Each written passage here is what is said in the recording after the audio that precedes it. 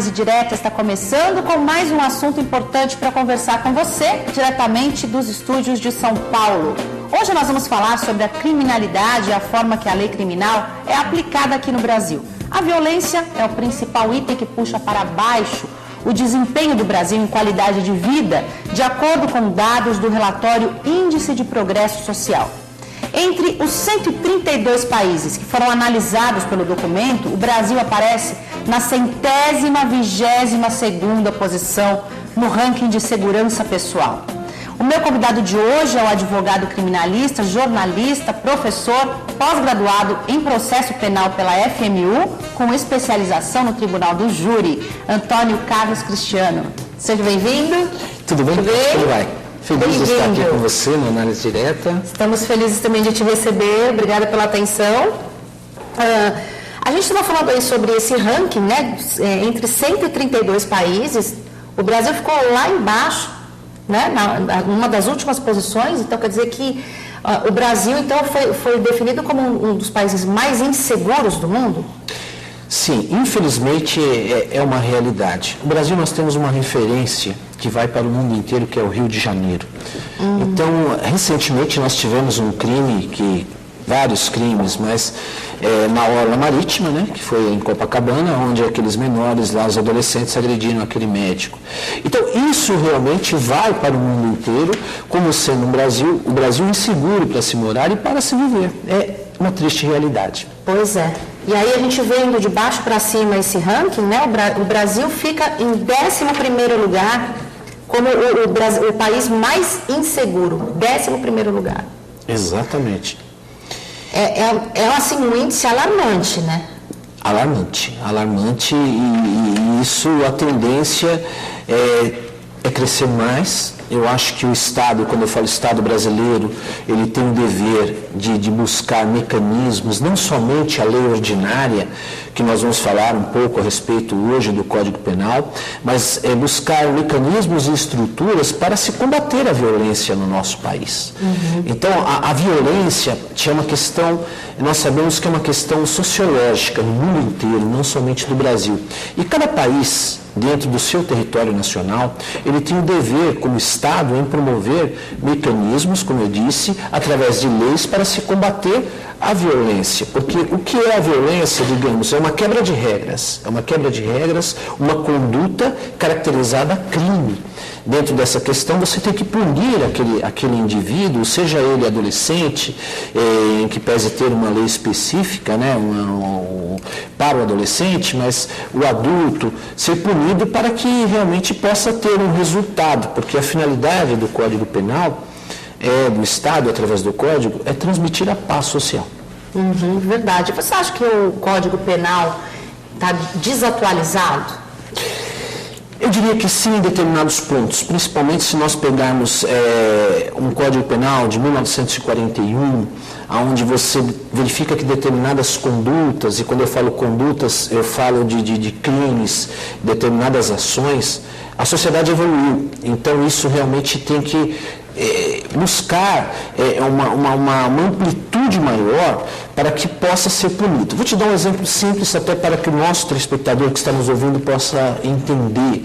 Por exemplo, aquele furto de senha. Eu digo aquele que é colocado diretamente no dispositivo de um banco, mas aquele que entra na sua plataforma de um computador, ou seja, um smartphone, e você tem os dados ali através nós chamamos de um hacker, né? De uma ação tecnológica. Isso é uma questão que não existia na década de 40, e hoje existe. Não tinha um tipo penal que pudesse punir essa pessoa que cometesse esse crime. E o nosso Código Penal é o de 1940. 1940,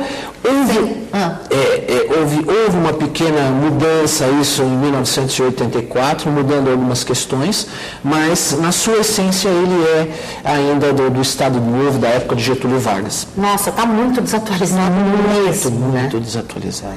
O que mais que, assim, além desse, vamos dar alguns outros exemplos, além desse da tecnologia que está desatualizado? Olha, vamos fazer um paralelo em relação, até para entrar num outro campo, no que você me trouxe a respeito dessa sensação, eu diria, de impunidade e essa violência que existe. Eu costumo sempre dizer em bate-papos, conversando, e até em palestras que eu realizo, que o nosso problema do combate à violência, ele não está na aplicação da pena. Se nós pegarmos hoje uma pena máxima no Brasil, de um crime hediondo, podemos assim dizer, chega a 30 anos. Mas quem fica preso 30 anos no Brasil? Pois eu ia falar isso agora. Então, o problema não está na pena, e sim na execução da pena, e nessa progressão dessa pena. E aí eu entro dentro dessa questão do Código Penal, que dentro desse projeto que está no Senado, está havendo essa mudança que está mexendo exatamente na progressão da pena, que vai ser muito mais duro o indivíduo que comete um crime progredir. Porque não é muito comum hoje a sociedade ver, o cara cometeu um crime, tirou uma vida, e depois de 2 anos ele já está ali na rua, encontra com ele na fila do banco, e assim sucessivamente. Exato. Essa é a sensação de impunidade.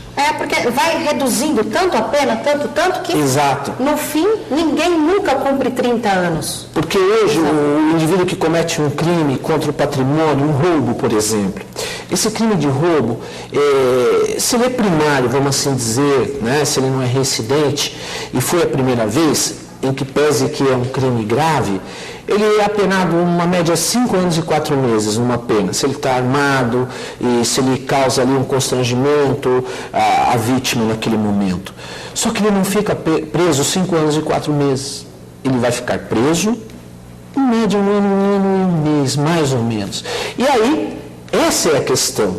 Você não tem, é uma certeza que gera uma certeza de impunidade. De impunidade. Porque o cidadão fala, bom, eu contando já a data do meu flagrante, o início do meu processo até o final, olha, até concluir o processo, foi 7 meses, né? Assim dizendo, eu vou ficar mais 5 meses preso e eu vou para a rua. Então essa é a questão. É um absurdo, né? É um absurdo, mas o Código Penal vem dessa forma e é para mexer exatamente nessa execução da pena. Porque assim, a gente vê a redução da pena por bom comportamento, né? Uhum. No meu entendimento, assim, eu nunca estudei direito, posso estar falando alguma besteira, não sei, mas no meu entendimento, eles não fazem mais do que a obrigação de ter bom comportamento. Se não teve aqui fora, tem que ter no mínimo as barras do cárcere. Então, isso também gera impunidade, não?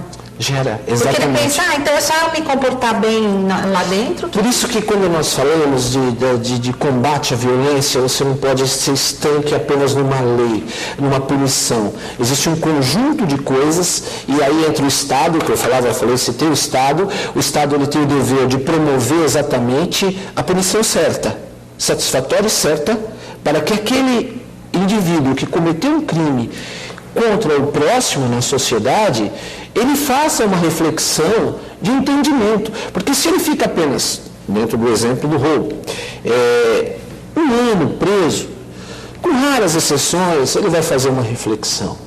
Ele vai fazer uma reflexão de que ele realmente quebrou uma regra séria, de que ele agrediu o seu próximo, de que ele tirou o patrimônio de uma dona de casa, de uma outra pessoa que também trabalhou de forma digna, e ele furtou ou roubou, que é o crime mais grave, né? Então seria essa questão, que esse combate à violência é uma série de questões que precisa ser discutida, né? Realmente. Quais vão ser as mudanças, né? Vai ter agora um novo Código Penal? Tem alguma chance de melhorar a situação do Brasil em relação à violência? Eu creio que sim, mas com esperança na progressão da pena. Que isso realmente veio de uma forma que já se buscava isso já há muito tempo. Então, nessa questão da progressão, que tem que ser realmente combatido isso, diminuído essa progressão do cara cometer o crime e depois de um período muito curto, ele já está. Eu digo isso, eu falo progressão da pena, da data da prisão, até findado o processo com todos os recursos do exercício da ampla defesa. Agora, o que deve ser também, aí a gente tem que colocar, que é uma grita da sociedade de uma forma muito justa, é a questão das saidinhas. Porque isso é considerado progressão dentro daquilo que você falou. Está tendo um bom comportamento? Ele pode ver a mãe. Está tendo um bom comportamento? Ele pode ver o filho. né? Agora, o quanto é necessário, e aí eu comento também que não existe um paralelo de um estudo da psique humana o investimento naquele que cometeu o delito. Até quanto você pode ser, eu digo o que cometeu o crime, dissimulado bastante para poder chegar e falar, não, agora eu vou ficar bonzinho. Porque se chega lá, ele fica fingindo que, né? Então, são essas questões. Estou bonzinho, estou arrependido, fica lá quietinho. Aí ele consegue, por exemplo, o indulto, né? Indulto? O indulto. Você tem aí no final do ano o que é chamado de indulto, são benefícios que são concedidos. Isso. Aí, eu conversando com uma entrevistada uma vez, eu estava vendo alguns dados, não me lembro mais do que era a pesquisa, por quem foi feita a pesquisa, mas eram dados de pesquisa sobre o indulto, que diziam que, assim, era uma porcentagem alta que não retornavam. Então. Era não sei quantos por cento que não retornavam à prisão, chegava quase a metade.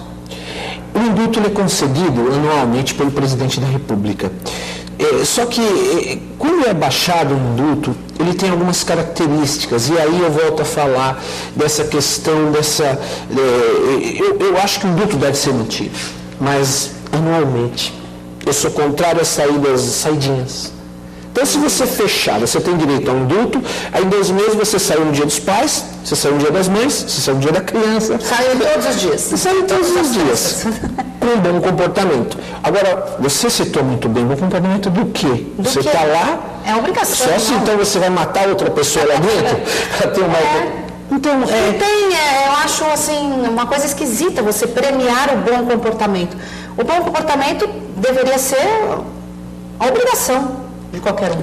E aí deveria ter um laudo psicológico para todos os crimes de violência, de grave ameaça e de roubo contra o patrimônio. Por quê? Porque para você fazer uma análise profunda, que você falou, definir bom comportamento de uma forma simplista, não. Eu trouxe a dissimulação. Você precisa ter um acompanhamento daquele indivíduo, que é muita responsabilidade, você colocar um indivíduo na rua, e se ele estiver dissimulando isso? Agora, se você tem um laudo psicológico, onde é feita uma avaliação gradativa dele, desse comportamento, da análise da psique humana, isso sim, eu acho que seria uma forma de se combater a violência. E não haver um indulto? Você acha que não funcionaria? Não, o indulto ele é uma previsão constitucional. O Brasil, e aí a gente tem que entender alguns aspectos, o Brasil ele é signatário de vários pactos de direitos humanos. O último que traz isso com bastante clareza sobre a progressão da pena é o Pacto de São José da Costa Rica. Então isso traz isso com muita clareza a respeito dessa progressão de pena, dessa construção, e até o indivíduo ele tem que ter essa oportunidade, né? Porque você trata de um aspecto, voltando dentro disso que eu estou te falando, que é a dignidade humana. Mas eu continuo repetindo que muitos saem para o indulto e não voltam. Sim. E muitos saem e cometem crimes nesse tempo em que eles estão aí desfrutando desse benefício, né?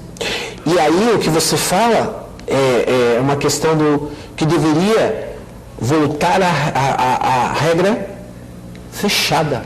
Se ele pegou, eu te dei a oportunidade para você pegar e sair. Você tem ainda 7 anos para cumprir.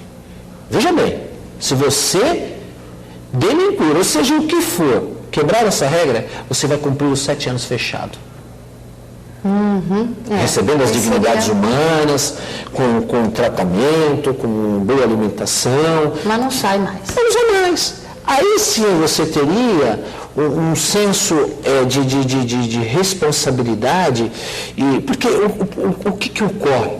Quando alguém comete um crime, vamos tirar aqui o homicídio da legítima defesa que está no Código Penal, isso todos nós podemos cometer. O crime é um fato humano. Matar alguém, o Código Penal não diz não matar, ele diz matar alguém, então logo é permitido matar. Mas quais as circunstâncias? Legítima defesa, que todos nós podemos fazer isso. Uma defesa, numa situação, isso tem uma previsão. Agora, a pessoa que mata e tira a vida de uma pessoa, ela quebrou uma regra muito séria. E você concorda comigo que ela não tem respeito? Ela não respeita. Faltou na vida daquela pessoa, no decorrer da sua existência, uma punição, informações, quebra de regras. Eu costumo sempre dizer isso de uma forma muito prática e didática, né? Se você, todas as vezes, seu filho, você fala, não deixe o chinelo aqui na sala, aqui não é lugar de você deixar a sua sandália, o seu chinelo, o seu tênis. Coloca no lugar devido. E todas as vezes você é complacente. Você já falou isso 10 vezes e você continua recolhendo o tênis dele e colocando naquele lugar. O que vai acontecer? Ele não vai aprender. Não vai entender. E lá, um dia, quando ele chegar num determinado lugar, vou te dar um exemplo, fazendo esse paralelo. E no restaurante chega e fala, aqui é obrigado a tirar o tênis ou o sapato para você ingressar nesse restaurante. Um exemplo. Ele não tira. Por quê? Porque ele não entende. Não entende. Ele não tem esse entendimento. Pois é, eu vou fazer uma pequena pausa para chamar o intervalo, mas a gente volta já falando um pouquinho mais sobre esse assunto. Não sai daí, já a Análise Direta está de volta.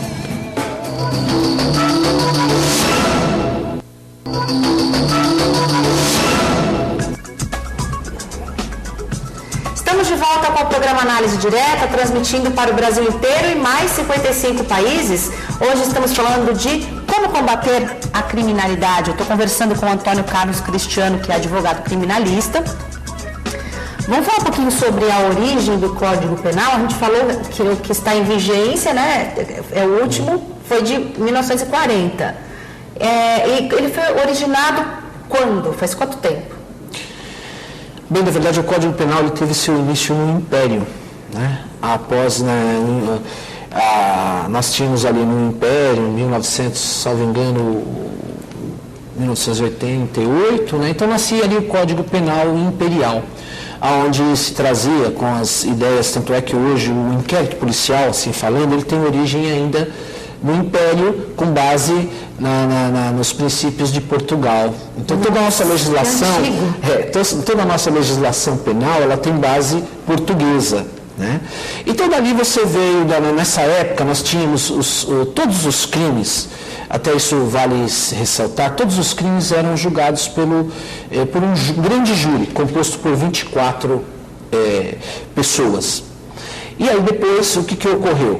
Somente os crimes de homicídio doloso contra a vida se passou a ser julgados pelo júri popular. E eu até costumo se dizer, porque o estudo, a gente analisa, o nosso Brasil, ele traz essas raízes. E por quê? Quando esse era julgado, os filhos dos fazendeiros estavam sendo punidos, né? Todos os crimes eram julgados por um tribunal popular, então estava se condenando mais, né? Aquelas pessoas com mais condição. E aí se mudou a lei. Então sempre se dá um jeitinho, né? E aí da década, você tem um império, e aí você chega em 41, você, voltando ao nosso Código Penal que está em vigência, você tinha ainda, no Brasil, o crime de vadiagem. O que era vadiagem? O cara estava andando lá pela rua, na década de 40, e ele tinha que estar trabalhando, que hoje não é o caso. Que hoje tem tanta gente sem trabalhar. Então o cara chegava, cadê sua carteira profissional? Né? Não, eu estou desempregado, olha, tal. Porque tinha emprego também, né? Um emprego e trabalho. E aí, se ele não tinha carteira profissional, ele era conduzido para a delegacia, e se estava com a carteira em branco, era vadiagem. Vadiagem. Olha que coisa interessante. Então você percebe que, guardadas as devidas proporções, né? Vadiagem é ficar aí vadiando sem fazer nada, né? Hoje não dá nem para se pensar nisso, né? Hoje o cara vai ver para uma balada, né? Por exemplo, está numa boa. Então, o que você percebe? É a evolução. Você percebe uma evolução dessa sociedade nesse sentido. Mas, entretanto, guardadas as devidas proporções, abre aspas, uma reflexão minha, o Estado se preocupava com aquele cidadão, sim. Não vou dizer punir nesse sentido, mas eu acho que você tem que falar assim, o que você está fazendo? Porque você tem atividade, mais ou menos isso. Eu estava pensando nisso exatamente, não tinha falado, mas eu pensei isso também, que não seria nada mal ter uma punição para quem fica na rua sem fazer nada e não está procurando emprego, não está, né? Está simplesmente assaltando, vamos supor. Exatamente. E a questão do que você fala, do assalto, esse é a questão pontual. Mas existem aqueles que trabalham para o tráfico de droga, que são as chamadas biqueiras, né, que ficam encostados nos bairros. Isso poderia ser considerado vadiagem, não? Exato. Então é uma questão que o Estado, e aí volta ao tema nosso inicial, desse combate à violência. Eu acho que você tem que buscar mecanismos como um todo para se combater essa violência, preocupação social. E também não vamos só jogar a responsabilidade da violência para a questão social. Isso é muito simplista. Eu acho que deve ser muito mais aprofundado. O Estado nas suas obrigações, nessa educação que nós tanto, eu acho que você nasceu, eu nasci, todos nós que estamos vendo, especialmente no Brasil, a saída é educação, né? Eu nasci ouvindo isso, né? E você também. E ninguém investe nessa questão. Entendi. Vamos falar um pouquinho sobre algumas outras mudanças, né, que devem ocorrer aí na lei penal. A gente estava conversando aqui no intervalo sobre a lei antiterrorismo, que também é uma coisa que não existia aqui no Brasil, né? Perfeito. E vai passar a existir. Vai. Porque, volta ao tema, né? Você vê, um código de 40, década de 40, evolução de uma sociedade. O Brasil hoje, ele é um Brasil reconhecido no mundo inteiro, faz parte dos BRICS, né? Dessa economia, e que pese hoje estamos um pouco capenga, assim dizer, mas você tem que pensar em termos de questões globais. Então, hoje o terrorismo, infelizmente, é uma realidade. É uma ameaça constante que o nosso Brasil pode estar sujeito. A única questão que isso aí, as pessoas que estão nos ouvindo, que representam movimentos sociais, elas não têm que ficar preocupadas com isso. Porque o terrorismo, aqueles que participarem de movimentos sociais, desde que não seja com a finalidade de gerar violência ou de causar dano à vida do próximo, não vai ser enquadrado nessa lei.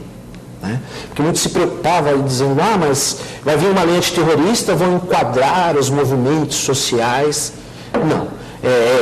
Terrorismo é uma questão onde você cria uma ação de um crime extremamente hediondo, coletivo, de um resultado, morte, de uma questão muito perversa. Mas o Brasil tem que ter, nós estamos às portas das Olimpíadas, né? Vamos ter no Rio de Janeiro, e precisa ter. Nós tivemos uma Copa do Mundo e graças a Deus nada aconteceu. Nossa, é mesmo. Né? Mas eu achei que fosse ser um fiasco, mas na verdade... Aconteceu. Aconteceu, foi tudo bem. Tudo bem, sem maiores problemas. Mas quando nós verificamos algumas questões que a gente hoje ouve, vê, lê na mídia, que existem determinados estados do Brasil que estão treinando pessoas para serem terroristas. Olha que coisa. Então, isso é uma consequência, que parece que não tem crime nisso. Né? Você treinar alguém para ser terrorista, aí não tem crime. Mas a ação terrorista será punida. Né? Então, mas é aquela questão, se você tem uma ação própria, né? Você tem modos de agir, de preparar alguém para essa finalidade, eu acho que deveria ter punição, entretanto não tem punição nesse aspecto. Essa lei de crime terrorismo, ela vem em boa hora no nosso Brasil, porque não podemos mais conviver com o mundo nessa situação, com esse Estado Islâmico fazendo o que está fazendo. Está fazendo barbaridades, né? E a gente tem que se precaver, né? Tem que se precaver. Ainda mais com a vida das Olimpíadas para cá, né? Nesses eventos, a gente sabe que eles costumam agir nesse tipo de evento, né? Porque tem muita gente, né? Os terroristas.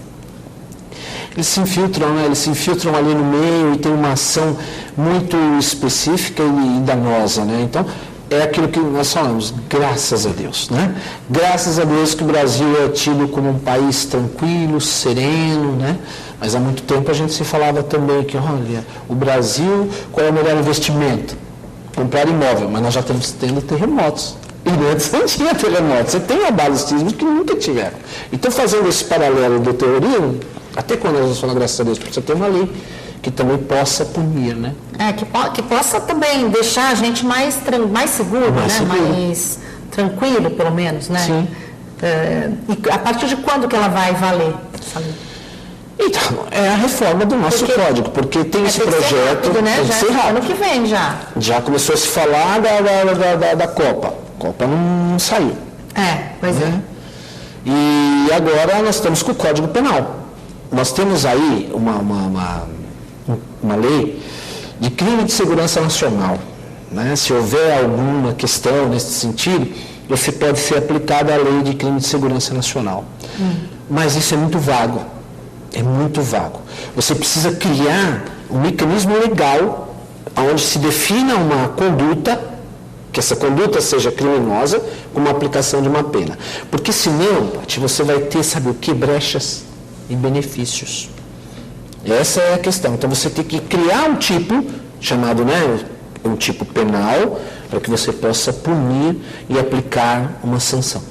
Você estava falando no primeiro bloco sobre a progressão, né, da pena. Como isso funcionaria? Vamos dar um exemplo para quem está em casa. Como isso funcionaria, por exemplo, num caso de a pessoa pegar 30 anos de prisão? Qual seria a diferença?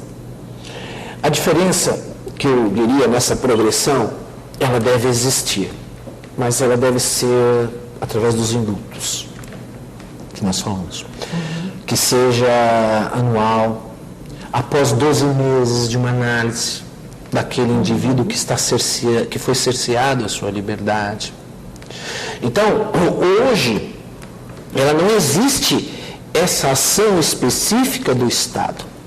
Então, se você pegar 30 anos, que é o máximo, né, que você tem essa penalidade no nosso Brasil, você tem que ter o seu direito dessa progressão analisada de forma anual.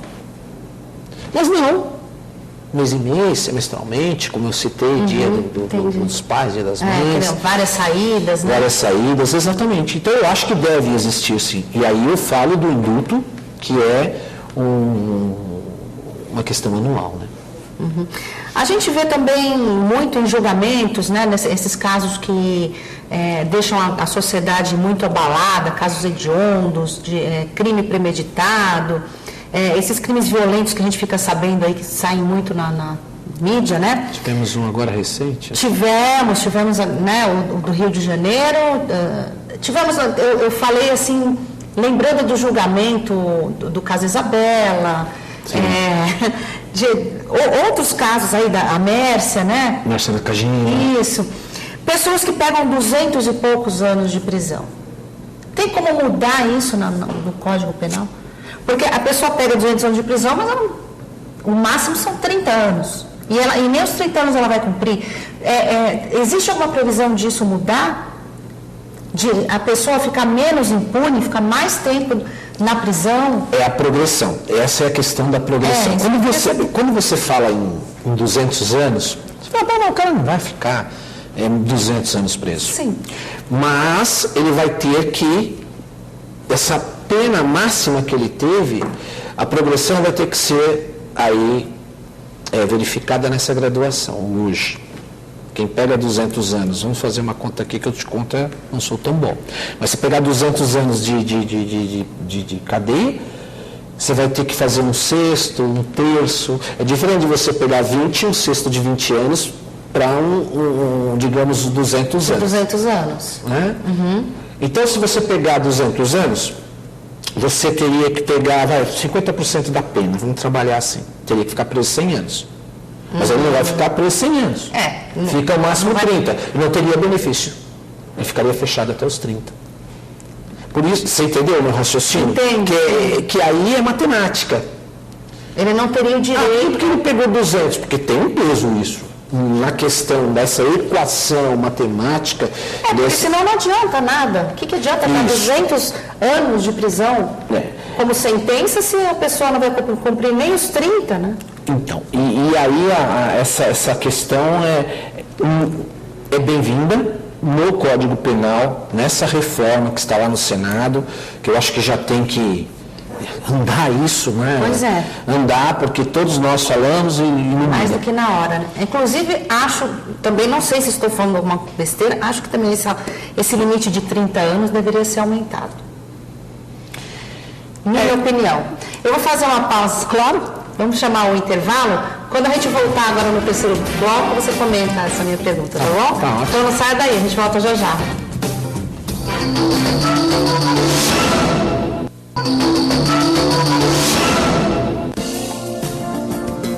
Estamos de volta com o programa Análise Direta. Hoje estamos falando sobre como combater a criminalidade. Meu convidado Antônio Carlos Cristiano é advogado criminalista há 27 anos, é jornalista, professor, palestrante, pós-graduado em processo penal. Estamos conversando aí sobre várias coisas aí que podem mudar no Código Penal, né? Que a gente está esperando aí essas mudanças. Eu tinha te falado sobre aumentar a pena máxima. Qual a sua opinião? A minha opinião é na questão que eu digo que não está nessa pena. Essa pena é uma pena alta. Ela é uma pena alta, sim. A questão é que se o indivíduo pegar 30 anos, ele tem que ficar 30 anos preso. Ele não pode sair em 15 ou 16 anos. Então é isso que tem que ser feito, né? Porque aí ele pega o chamado condicional, regime aberto. Então, isso que tem que ser feito. 30 anos mais ou menos, em tese, é 50% da vida de uma pessoa, né? Verdade. Vamos dizer, né? Mais ou Uma grande menos. parte da sua juventude, se jogar no cômputo geral, é uma pena alta. Entretanto, a questão está nos benefícios dessa pena e ninguém fica 30 anos.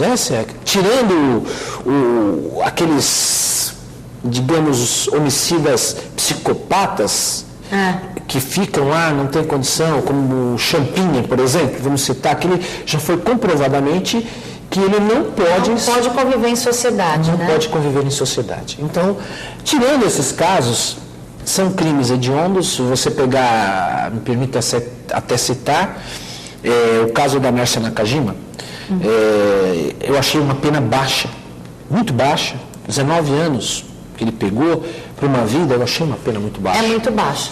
Então, realmente.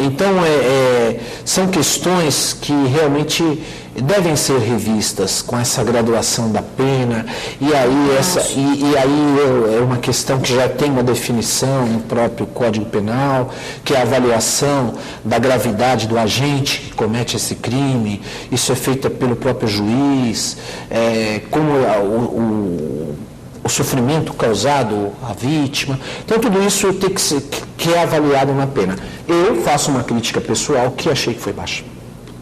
Bem baixa mesmo. A gente vê, mesmo quando a pena dada não é baixa, a pessoa fica pouco tempo na prisão. Exatamente. Né? Eu estava lembrando aí no intervalo aquele caso da Daniela Pérez, da filha da Glória Pérez, né?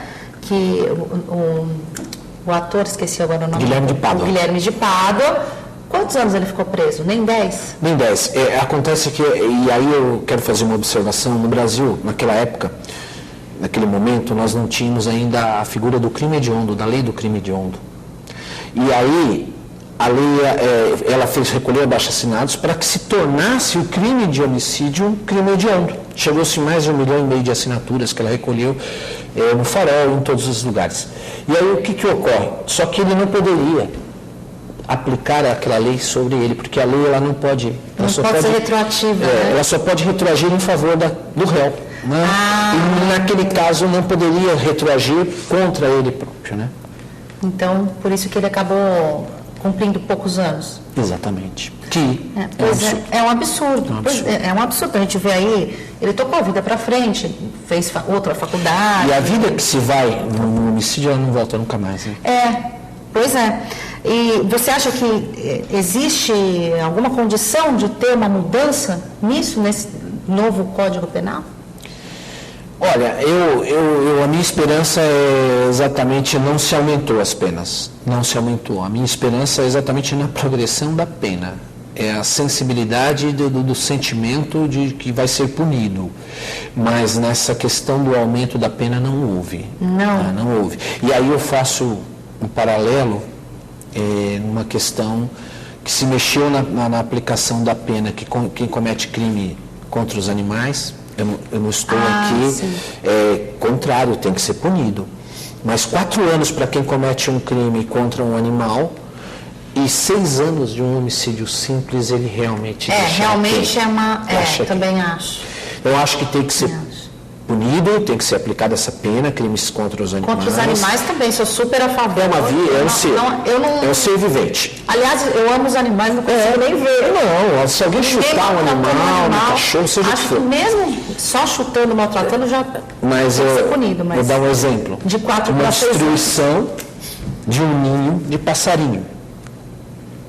Quebra todos os ovos, você vai ali e tal, destruiu ali o ninho. É um crime de 4 anos. Nossa. Então, e matar uma pessoa... 6 anos. 6 anos, Um homicídio simples. Muito pouco. Se você tem ainda a figura do homicídio privilegiado, que se diz, né? Você tem diminuição. A figura do homicídio privilegiado, não que seja um privilégio matar alguém, mas você, por quais razões você teve que cometer aquele delito? Por exemplo, aquele crime. A pessoa te provocou. Né? Ela veio e te esbofeteou o seu rosto por várias vezes, você fala, para. A sua emoção, você perde o controle, é o chamado violenta emoção. Vou te dar um exemplo, uma prática bem simples. O ser humano ele é dotado das suas emoções. Todos nós temos limites nas nossas emoções. Se você verificar uma criança, uma mãe que está com a criança no farol, a criança atravessa a rua, e ela corre atrás da criança, e do outro lado da calçada ela esbofeteia essa criança. Quem olha fala, nossa, que meio louca, um absurdo. Mas ela perdeu a cabeça porque ela viu que a criança poderia ser atropelada. Ela teve uma violenta emoção com a possibilidade do risco iminente daquela criança morrer, que é sua filha. Você percebe que coisa interessante? Ela se desequilibrou emocionalmente. E assim acontece com todos nós. Aí você tem um privilégio, um benefício. Porque se você maltrata a crianças, é grave? Mas a mãe vai se verificar, não, mas ela perdeu a cabeça. Entendo. É muito complicada essa lei brasileira, né? Vamos falar um pouquinho sobre corrupção. Né? Vai ser incluída aí no Código Penal, porque são todos os casos que a gente está vendo aí, um atrás do outro. A gente tem agora Lava Jato, a corrupção na FIFA. Eu quero essa aqui, a minha câmera aqui, que eu posso falar? Sim, pode falar diretamente. Olha, é muito triste que, infelizmente, que essa pergunta que ela me fez, nós não teremos no Código Penal uma lei anticorrupção que possa punir o corrupto. Pasme. É muito triste isso. Nós estamos vivendo o caso da Lava Jato, nós estamos vivendo uma série de corrupção, de funcionalismo público, de uma série de questões, e não será punido. Então, isso é estarrecedor. Por que eu te digo isso? É o tema nosso. Como será combatida a nossa segurança, o problema de segurança no Brasil? Porque quando você não tem uma lei anticorrupção, você gera impunidade. Porque existe um estímulo na cabeça daqueles que cometem o crime de corrupção, de que isso realmente ele é um crime de sua menos importância. Não, eu não estou causando dano a ninguém. Sabe? Eu não estou tirando a vida de ninguém. Não, eu não estou tirando a vida de ninguém. Estou apenas roubando dinheiro. É dinheiro. Eu estou pegando esse dinheiro aqui, dessa licitação pública, e isso não vai afetar ninguém. Vai afetar a merenda, vai afetar a comida dessas crianças, porque para ele acha que ele não cometeu crime nenhum. Aí aquele que comete um crime de violência contra a pessoa, o que rouba o patrimônio, o que assalta, ele vai dizer, pera um pouquinho, sabe? Esse grandão, esse colarinho branco aí, ele comete esses crimes e ninguém faz nada. Ele vem na televisão, tal, o apartamento que ele tem em Miami, ele levou 150 milhões, mas só devolveu 30. Acabou tudo em pizza. Então, infelizmente, é aquilo que eu acabei de falar, é estarrecedor, nós não teremos aprovado no Código, teremos leis aí contra o funcionário público, o agente no exercício da função, isso vai ter, mas é diferente do específico da corrupção. É aquilo que eu falei, você precisa criar dispositivos. Então, o funcionário público que entrar na carreira, ele tem lá um imóvel, tem uma casa e tem 2 veículos. Se ao final da carreira dele, do patrimônio dele, ele chegar com 3 imóveis, 4, aí ele será objeto de crime. O agente público nomeado, por exemplo, o assessor político, o agente político, mas só vai ser feita essa análise bem fechada. É diferente de ter uma lei... É uma coisa relativa, né? Porque a pessoa... Que isso já está. Não, e outra, a pessoa pode ser... pode ganhar bem, ela pode acumular o salário dela durante anos e aumentar o patrimônio razoavelmente. A corrupção em si, lei específica, negativa. Não vai ter. Não vai ter. É triste. É claro, né? Bom, quem elabora as leis, né? Exatamente. Nós vivemos ainda dos usos e dos costumes, né? A base da lei. Pois é. Realmente isso é uma tristeza, porque isso acaba gerando a violência, né? Você concorda? A corrupção gera violência? É o emocional, né? O emocional ao contrário, né?